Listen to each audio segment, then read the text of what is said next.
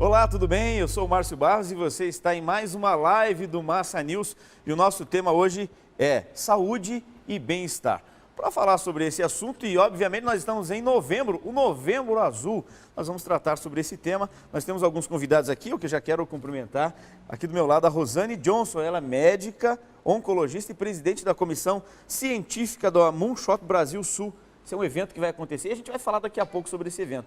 Bem-vinda, Rosane. Muito obrigada, boa tarde a todos, prazer estar aqui com vocês. Maravilha, o prazer é nosso. E aqui do meu outro lado ali, no meio de todos os entrevistados, Elgi, assim mesmo, né, Elgi? Isso. Elgi Werneck, médico especialista em câncer urológico. Bem-vindo, Elgi. Obrigado pelo convite. Tá certo. E na ponta, o Antônio Bruneto, que é urologista especialista em urologia oncológica. Obrigado, Márcio.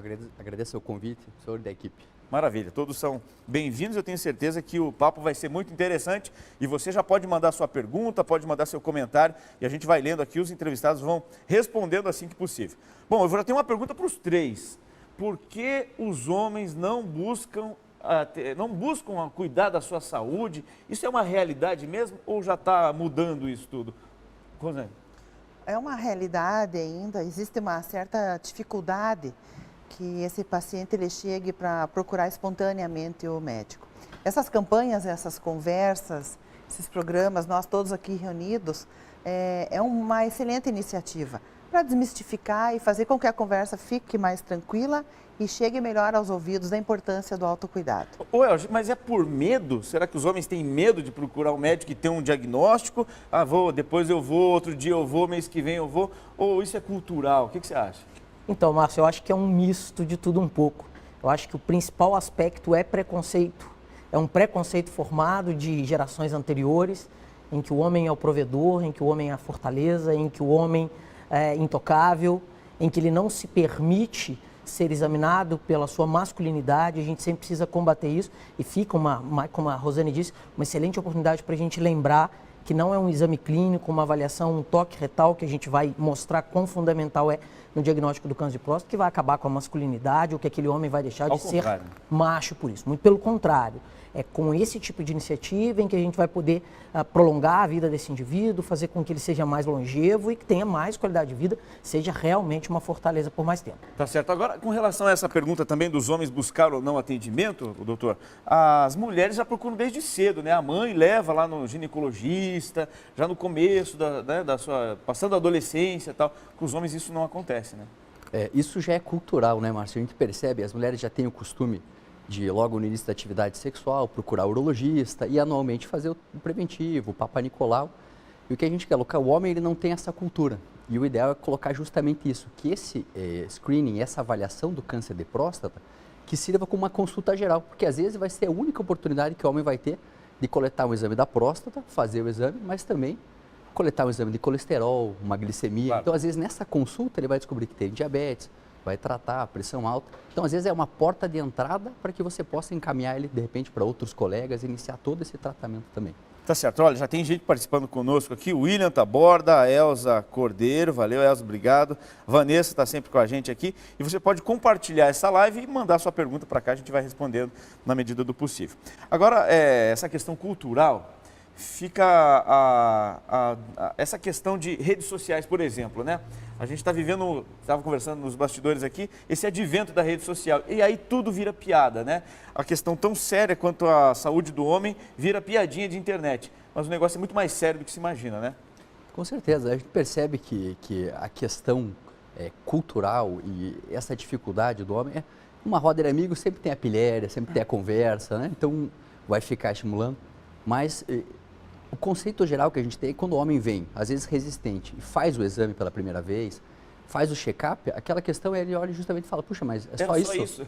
É só isso? É tão rápido? É fácil? E aí, daí para frente, a coisa acaba funcionando. E apesar de tudo isso que a gente está colocando, dessa facilidade, né, saiu uma pesquisa recente, cerca de 49% dos brasileiros não realizou o exame de toque retal.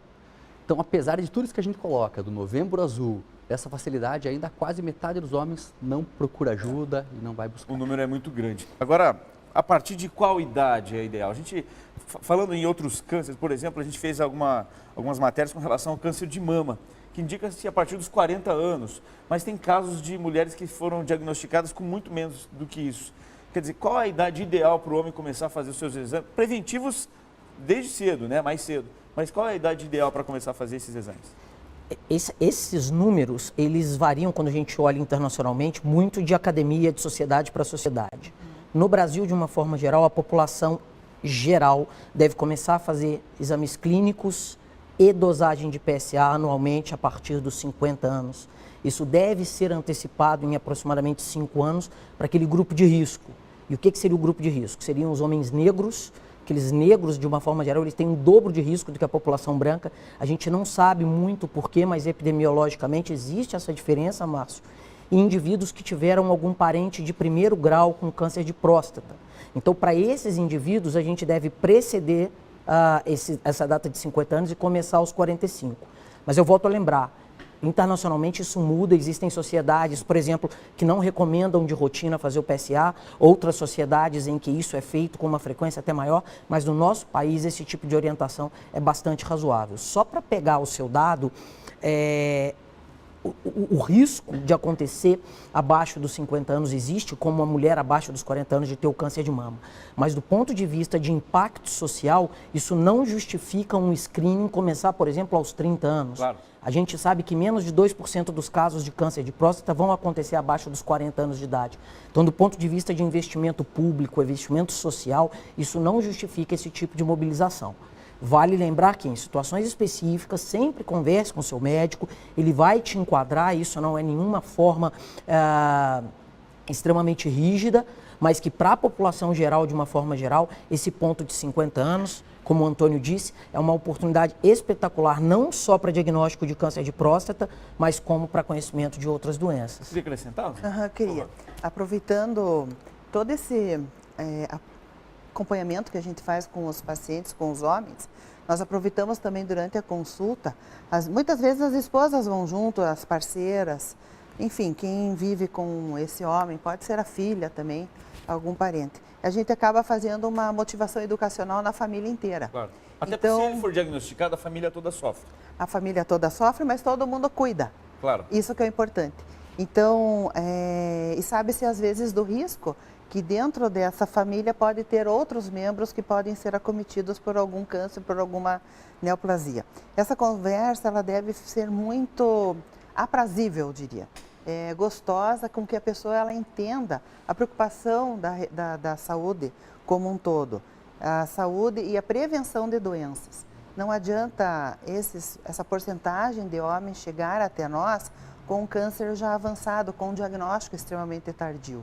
O que nós queremos, gente, é curar as pessoas. O que nós queremos é fazer com que esse diagnóstico, tanto de mama, de próstata, qualquer tumor que seja, ele chegue bem precocemente para o oncologista, para o urologista, para o cancerologista, para o médico. O diagnóstico precoce ele é fundamental na cura. Fundamental. Nós estamos falando de taxas de 90% de cura desses pacientes, dessa população. Então, nós queremos fazer aqui um apelo. Exato. Um apelo que as pessoas nos procurem, as pessoas procurem seus médicos, as redes de atenção à saúde e falem da importância. Quanto mais pessoas falarem, quanto mais pessoas se importarem, mais recursos garanto que surgirão para o diagnóstico e para a cura dessas pessoas. Sensacional. Quando a gente fala em cura, o negócio é muito sério, né? Porque não é só uma questão, é muito amplo o assunto, né? Tem a questão financeira, tem a questão de estrutura familiar, enfim, a questão psicológica que abala todo mundo. Bom, a Vanessa participando com a gente, a Kelly, o Adão, a Flávia, a Sandra, Mariana, a Inês e várias outras pessoas chegando aqui. Compartilhem essa live e mandem as suas perguntas aqui pra gente. Bom, o câncer pode ser hereditário? E exatamente como que pode ser o começo de tudo isso e como evitar? Tem muita gente que fala assim, mas é a alimentação, é os cuidados que a pessoa não teve durante a sua juventude. Para a gente esclarecer assim de uma forma muito prática e rápida, se cada um puder dar acrescentar de alguma forma. O câncer, não só o de próstata, mas todos os cânceres, eles têm vários fatores de risco. O câncer, ele nasce de uma transformação na célula, no núcleo dela, no DNA, e essa transformação gera uma célula doente a partir de uma célula normal. Essa alteração no gene, ela pode ser herdada dos nossos pais, mas isso não representa, de uma forma geral, 10% dos casos. Então, a minoria esmagadora dos casos tem relação com aquela herança que a gente traz dos nossos pais. Isso é, 90% dos cânceres que acontecem no mundo, eles decorrem do que nós fazemos com o nosso organismo todos os dias. Então, é o cigarro que a senhora fuma, é o álcool em exagero, é a obesidade, é o sedentarismo, é a exposição solar de forma descontrolada, é a exposição a produtos químicos. Enfim, existe uma série de fatores de risco que, com o passar do tempo, vão expondo as células há riscos de transformação. Em algum desses momentos isso acontece, essa célula é transformada e dali para frente aquela célula doente dá origem a filhas doentes. Claro. Esse conglomerado de células doentes que se originaram de uma célula normal, elas vão formar o que a gente chama de câncer. Tem características completamente distintas das células originais, competem por sobrevivência com as células originais e tem um desequilíbrio muito grande. Por isso que quando elas tomam uma proporção muito grande no nosso corpo, a gente tem uma dificuldade muito grande de controlar essas doenças. E é por isso que a gente estimula intensamente fazer o diagnóstico precoce. E fazer o diagnóstico precoce praticamente significa fazer diagnóstico em fases sem sintomas, procurar o seu médico para fazer uma avaliação que preceda a apresentação de qualquer sintoma. A apresentação sintomática de alguma doença, na grande parte das vezes, costuma estar relacionado a doenças avançadas. Agora, falou uma coisa muito importante aqui, doutor, com relação a sintomas. Quais são os sintomas do câncer de próstata, por exemplo? Como nos colocou aqui, realmente o ideal é que não haja sintoma nenhum no momento do diagnóstico, mesmo porque o câncer de próstata, ele demora para ter sintomas, né? E muitas vezes esses sintomas se confundem com uma hiperplasia prostática, que é um crescimento da próstata benigno que todos os homens vão ter. Então, nós podemos colocar um jato urinário fraco, interrompido, aumento da frequência miccional, é o paciente que está começando a acordar muito durante a noite, né? Está tendo uma alteração em todo o seu padrão urinário. Lembrando que, para ter sintomas, o câncer geralmente já está muito avançado. Tanto no localmente, quando ele começa a crescer e comprimir as estruturas e invadir os órgãos ao lado, como à distância, porque o câncer ele pode emitir células, né, chamadas metástases, que acabam se implantando nos ossos, tudo. Então, dor óssea, tudo isso pode provocar, pode ser sintomas de câncer, mas um câncer que já progrediu, já caminhou um pouco mais do que nós gostaríamos para iniciar o tratamento. Tá certo. A Sandra está aqui conosco, a Mariana, a Inês, a Patrícia, olha, parabéns pelo tema, muito importante, o Xandinho Ferreira e Mac está participando conosco aqui. Compartilhe essa live, mande a sua pergunta. Eu tenho uma pergunta pronta aqui. Masturbação ajuda a prevenir o câncer de próstata? Ou não há relação entre uma coisa e outra? Não, isso foi um estudo até que foi citado, acho que você deve ter igual da acompanhado também, da vasectomia. O paciente que tinha um maior número de ejaculações no decorrer da sua vida teria um fator protetor contra o câncer de próstata. Foi um estudo que tinha uma série de falhas no seu desenho, então a gente não consegue comprovar ou não consegue colocar ao paciente falar isso como uma maneira de prevenção. Mas claro, mal não vai fazer, né? Então... Claro. Agora, era exatamente essa pergunta que eu ia fazer para o senhor. Quer dizer, o assunto do exame de próstata já é, não chega a ser polêmico, mas fácil se torna piada numa roda de amigos. E agora se coloca esse fator como prevenção, aí não tem como evitar a piada pronta, né? Antes meme também. E os memes às vezes. Antes a piada pronta para esse sentido protetor, né? Mas um detalhe que eu gostaria de falar é, muitas das vezes a gente fica apegado, aí eu não vou fazer isso por causa de uma doença, eu não vou fazer aquilo. A ejaculação como um fator protetor, a gente sabe que o câncer de uma forma geral é uma doença multifatorial. Isso é, vários fatores, sejam que causam o câncer e outros que protegem, que vão viver num equilíbrio durante um tempo e que na hora que esse desequilíbrio acontecer, ele vai pesar para o lado protetor ou para o lado agressor. Esse equilíbrio, que é o que a gente preconiza na vida da gente, é que deve ser cuidado.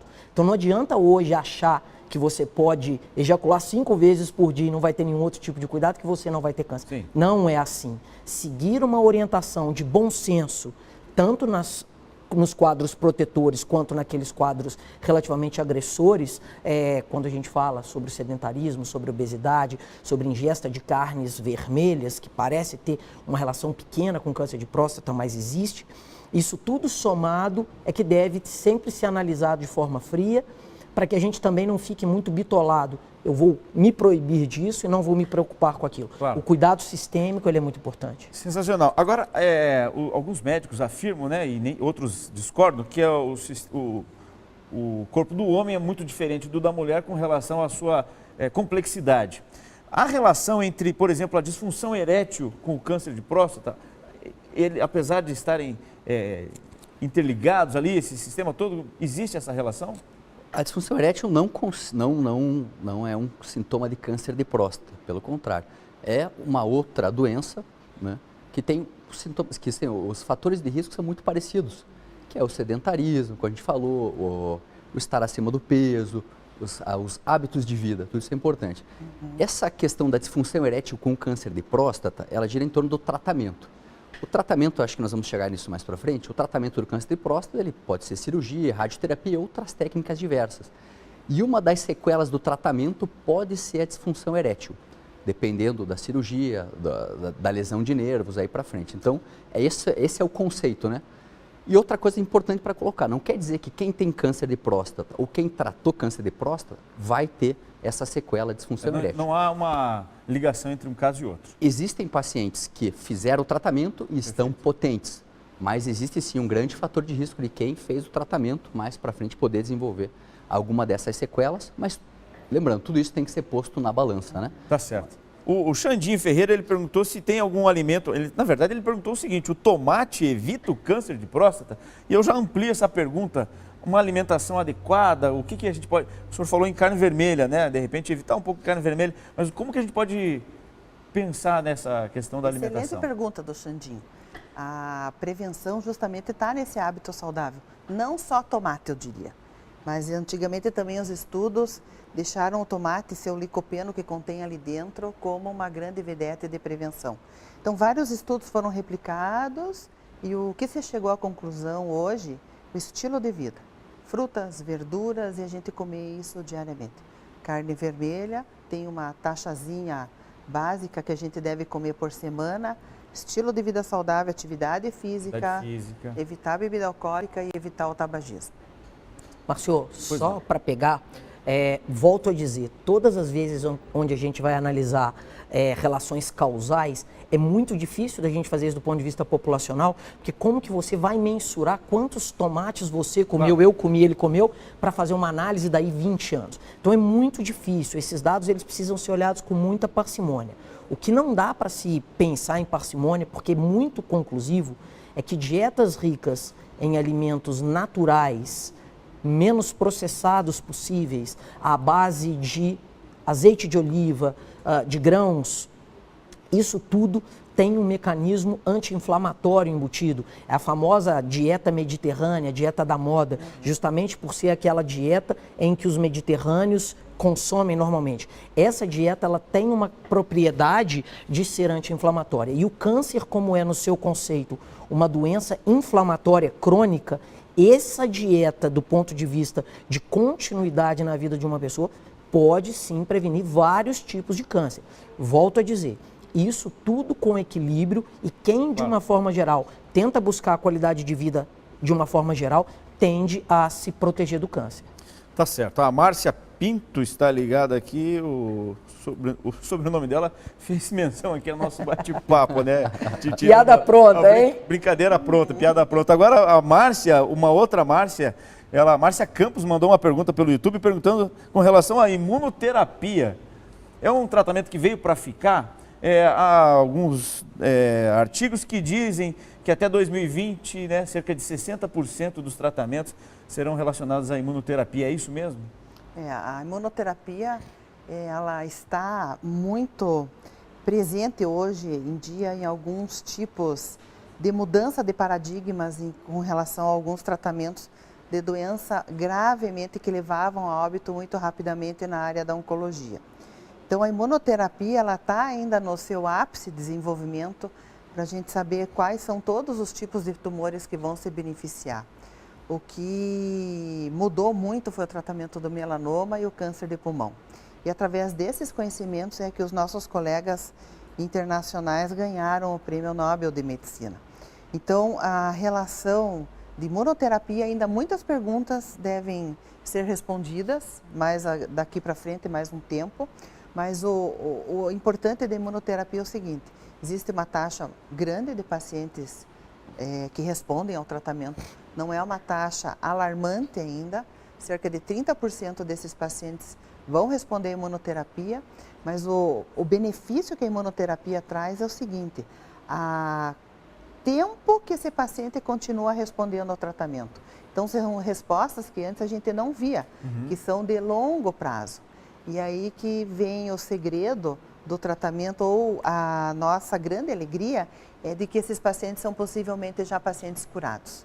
Pacientes já foram submetidos a 7, 8 anos de tratamento e continuam sem doença em atividade. E acima de um longo tempo, você já diz que esse câncer já é curado. Tá certo.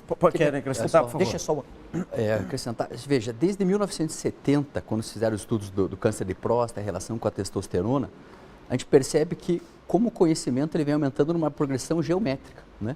E quantas medicações foram lançadas nos últimos anos. Então, se a gente for olhar da década de 70, 80, o tratamento era a castração, hormonal, castração cirúrgica.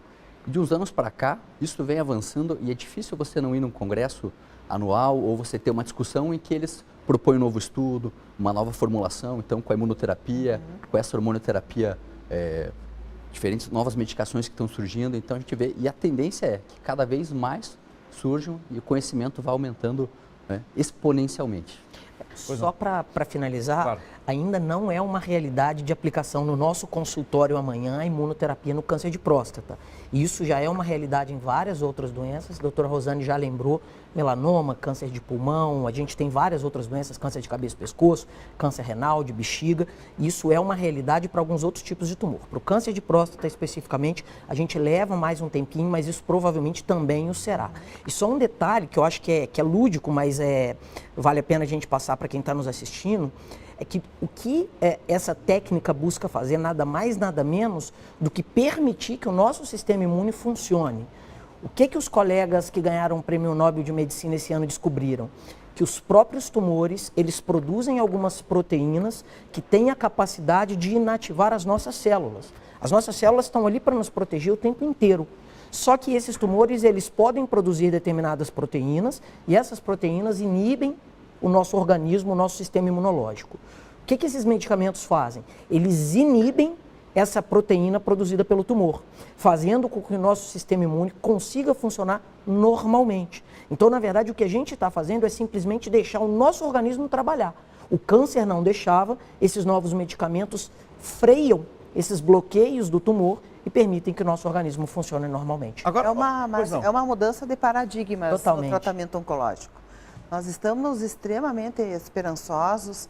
O que vem aí de pesquisa, o que vem aí de novidade, o que vem de taxa de resposta, nós vamos ver muitas mudanças na área de oncologia. E isso acho que vai beneficiar mais algumas outras doenças também. Agora, com relação a essa tecnologia, esse desenvolvimento da pesquisa e tal, durante muito tempo as pessoas morriam sem saber que estavam com câncer. A gente pode afirmar isso? Quer dizer, hoje consegue se identificar que ele estava com câncer, ou homens que morriam sem nunca ter procurado um médico. Isso também é uma realidade? Quer dizer, os homens estão procurando mais e identificando a doença e antes, de repente, até morriam sem saber o que tinham? Eu falo isso às vezes no consultório, não é a primeira pergunta que eu pego, que eu acabo discutindo sobre isso, Márcio, mas lá na minha terra, lá em Barbacena, não era raro a gente ouvir falar assim, morreu de quê? Morreu de velho. Na verdade, assim, ele morreu de alguma doença. E muitas das vezes aquela doença era alguma coisa que a gente não sabia o que era. Então o paciente infartou, o paciente teve uma embolia pulmonar, uma insuficiência múltipla de órgãos?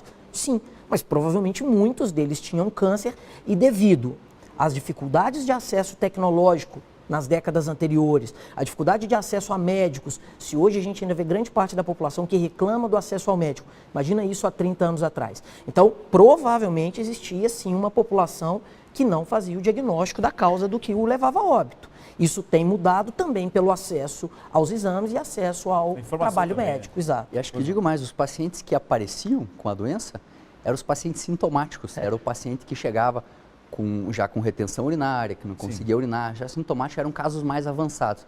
E aquele paciente que tinha melhor possibilidade de cura acabava não comparecendo no momento adequado. Né? Que bom, que a tecnologia venha ajudar cada vez mais, né? E a gente espera isso. Agora, a gente já falou um pouquinho desse câncer específico. Agora, os outros cânceres também atingem muito os homens, né? Câncer de pele e do pulmão. E o homem não se cuida. É difícil o homem parar e passar um creme, por exemplo, quando vai à praia, né? É difícil você ver aquele homem se cuidando, passando protetor solar. É isso mesmo? Isso também é uma realidade? Aqui no Brasil nós temos uma divisão, né, geográfica e, consequentemente, com relação aos cuidados de pele por causa do nosso tom de pele. Sim. Então, chegando agora a época do verão, e infelizmente os preços desses bloqueadores solares também não são convidativos. Não são convidativos, não são fáceis de você comprar. O que nós vemos em países desenvolvidos como na Austrália, existem estações gratuitas para essas pessoas passarem o bloqueador solar. Isso fica uma dica que é uma proteção extremamente importante. E são tumores em que, por exemplo, esse melanoma, apesar de a gente ainda não ter uns números muito alarmantes no Brasil, lá na Austrália é muito alarmante, é a principal causa de morte. Então, para a gente não se transformar por causa de toda a mudança que a gente está tendo climática e de comportamento, o cuidado de bloqueador solar é extremamente importante e também o horário da exposição solar. Com relação à pele, nós temos problema. Com relação ao pulmão, nós temos altas incidências. Nós temos altas incidências em tubo digestivo, gastrointestinal, gástrico, cabeça e pescoço, que é a boca, a orofaringe.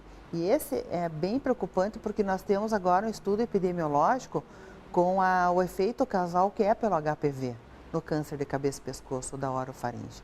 Então, quanto mais a gente vai estudando e mais vai esmiuçando esses dados, ou o conhecimento ele vai aflorando, você vê quantos efeitos causais a gente pode evitar ou fazer com que as pessoas elas fiquem mais próximas de informações e que essas doenças não cheguem. Tá certo. Deixa eu só completar um pouquinho, é o seguinte, Márcio, só para a gente falar um pouquinho em número, o Instituto Nacional do Câncer, o INCA, que é quem determina os dados estatísticos do câncer no Brasil, ele estima aproximadamente 300 a 320 mil novos casos de câncer de próstata, de câncer no homem para o ano de 2018. 1/5 desses cânceres no homem, aproximadamente, é o câncer de próstata. A gente tem alguma coisa em torno de 60 a 70 mil novos casos só para 2018. É muita gente, né? 1/4 desses pacientes, um pouco menos, vai morrer dessa doença. Então, alguma coisa em torno de 15 mil óbitos em 2018 só por câncer de próstata. Mas eu gostaria de falar também, a Rosane já falou muito sobre o sol e a época que a gente está vivendo e os riscos do melanoma, que é uma doença de altíssima letalidade, embora a incidência não seja muito alta, mas ele mata muito quando ele acontece em formas avançadas. O principal fator de risco evitável do mundo chama-se cigarro. O cigarro está intimamente relacionado a inúmeras doenças, é a principal substância pró-inflamatória e pró-oncogênica que tem aí de uso social no mundo. E a gente sabe que a suspensão do tabaco no mundo reduziria em 30% o número de mortes. Isso é muita coisa, Principalmente do pulmão, né? Doenças pulmonares. E a gente sabe que cardiovascular, tudo. O homem fuma mais do que a mulher. E nós temos um dado do ano passado mostrando que, infelizmente, a capital que mais fuma no Brasil é Curitiba. Então, aproveitando a nossa audiência, o nosso público, tornar a nossa cidade mais limpa, tornar o nosso ambiente mais livre disso, mas que esse benefício seja extrapolado para as pessoas que estão no seu entorno. Por quê? Porque o tabagista passivo, ele tem 30% de risco quando comparado com aquele fumante ativo. Então, enfim, são só dados que se somam, que mostram que não adianta você focar só no cuidado, só na ejaculação, só na proteção solar, só no parar de fumar. Um conjunto de aspectos pode te proteger melhor. Doutor, tem uma pergunta aqui da Terezinha, eu acho que é muito mais doença psicológica do que... mas a pergunta dela eu vou fazer. Olá, a minha vizinha pediu para eu perguntar para o doutor Antônio se é normal o marido se masturbar ao invés de procurá-la. Ela falou que o tema não é esse, mas é que ela não se sente bem, se sentiu à vontade e pediu para a amiga pedir. Tá, joia. Terezinha, quanto a isso, é uma pergunta muito comum de consultório, né? E justamente gera essa insegurança, será que tem algum problema, o marido não está te procurando, mas saiba que isso é perfeitamente normal. O homem, ele pode estar numa relação monogâmica, estável, e mesmo assim ter o desejo de masturbação e fazer isso não significa de maneira alguma infidelidade ou doença, nada disso, é um comportamento mental normal para os homens. A única diferença foi que sua vizinha descobriu. Né? Se não E tivesse os outros ainda, muitos que fazem, e elas não descobriram. Mas é tem que ver se esse comportamento sintoma natural. é precoce ou não, né, doutor? Exatamente. Agora tem uma pergunta aqui, mais duas perguntas rapidinhas para a gente, infelizmente já está chegando ao final. Mas a Morena Silveira, ela perguntou o seguinte: o exame de PCR é indispensável para o diagnóstico do câncer de próstata ou há outros meios? O PSA, perdão. Na verdade, assim, no nosso território, a Sociedade Brasileira de Urologia continua indicando rastreamento com a dosagem sérica de PSA após os 50 anos, associado e nunca alternativo ao toque retal. Esses dois exames, o conjunto dos dois exames, o toque retal feito por um urologista ou por um oncologista ou por um clínico, mais a dosagem do PSA após os 50 anos, é a recomendação das sociedades brasileiras voltadas para o tratamento do câncer de próstata. Vale lembrar, como eu disse anteriormente, que, do ponto de vista internacional, as sociedades se diversificam um pouco. E nos últimos anos, aí, se eu posso falar, acho que menos de uma década atrás, os Estados Unidos têm discutido muito o uso de forma sistêmica da dosagem do PSA para rastreamento do câncer de próstata. Isso tudo por quê? Porque um grande trial americano não mostrou benefício em sobrevida global com rastreamento de PSA para câncer de próstata. Apesar dessas características, digamos que particulares dos Estados Unidos, no Brasil, fazer a dosagem do PSA uma vez por ano a partir dos 50 anos, associado ao toque retal, vale lembrar, isso pode ser espaçado ou não, baseado nos achados do urologista para esse segmento, são fundamentais e ela precisa recomendar que seja o marido, o filho, o pai, façam esses dois exames anualmente. O fundamental é saber que existe sim câncer de próstata com PSA normal e toque alterado e vice-versa. Tá? Então a complementação dos dois... A prova real. A prova real. Um complementa o outro. Não necessariamente você precisa ter um PSA elevado para ter câncer de próstata.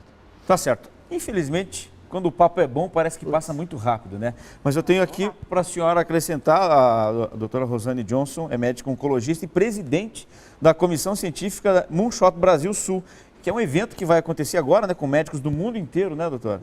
Vai debater os avanços do tratamento do câncer. Isso. 22 e 23? 22 e 23 de novembro, na Expo Trade Unimed, ali no campus da Unicemp. Então, nós teremos médicos do mundo inteiro, os maiores renomes também em termos da pesquisa científica, do conhecimento científico brasileiro. Estaremos todos lá reunidos, estamos todos convidados para participar do congresso. Serão 2 dias de discussão em tumores uro-oncológicos, aparelho gastrointestinal, tumores de mama e câncer de pele e melanoma, que vieram os maiores adventos com relação às descobertas e às taxas de resposta. Então, muita pesquisa será discutida e isso eu acho que é um DNA da nossa cidade aqui, né? Muita ciência, muita seriedade, levar a coisa a sério, está dentro isso de Curitiba. A gente acaba tendo muita repercussão positiva no país, né? A gente faz muita coisa diferente e obrigada pela oportunidade de estar aqui esclarecendo e tendo essa boa conversa, essa gostosa conversa de final de tarde. Maravilha. Tomara que se repita outras vezes. Obrigado, doutora. Doutor Elcio, muito obrigado pela sua participação. Eu agradeço, Márcio. Eu só queria deixar para o nosso espectador, para a senhora, para falar para os seus homens de casa e para o senhor que nos assiste. O câncer de próstata é uma doença com uma taxa de cura extremamente elevada. Não aposte na sorte. Após os 50 anos, procure seu médico. O toque retal, ele não é sinal de interferência na sua masculinidade, muito pelo contrário. Fazer o exame, buscar um diagnóstico precoce é um sinal de carinho, de amor pela sua família, de forma que você tem condições realmente de fazer um diagnóstico precoce e de viver mais.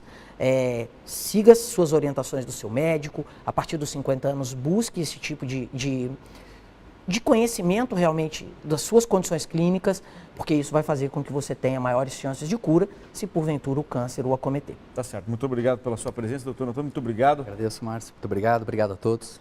Maravilha. Então é isso, minha gente. Os homens aí, fiquem atentos, procurem o atendimento e, como todos já falaram durante todo esse tempo, o diagnóstico precoce é fundamental para um tratamento com muita qualidade e resultado acima da média, como eles já explicaram aqui. A gente fica por aqui e até a próxima. Até mais.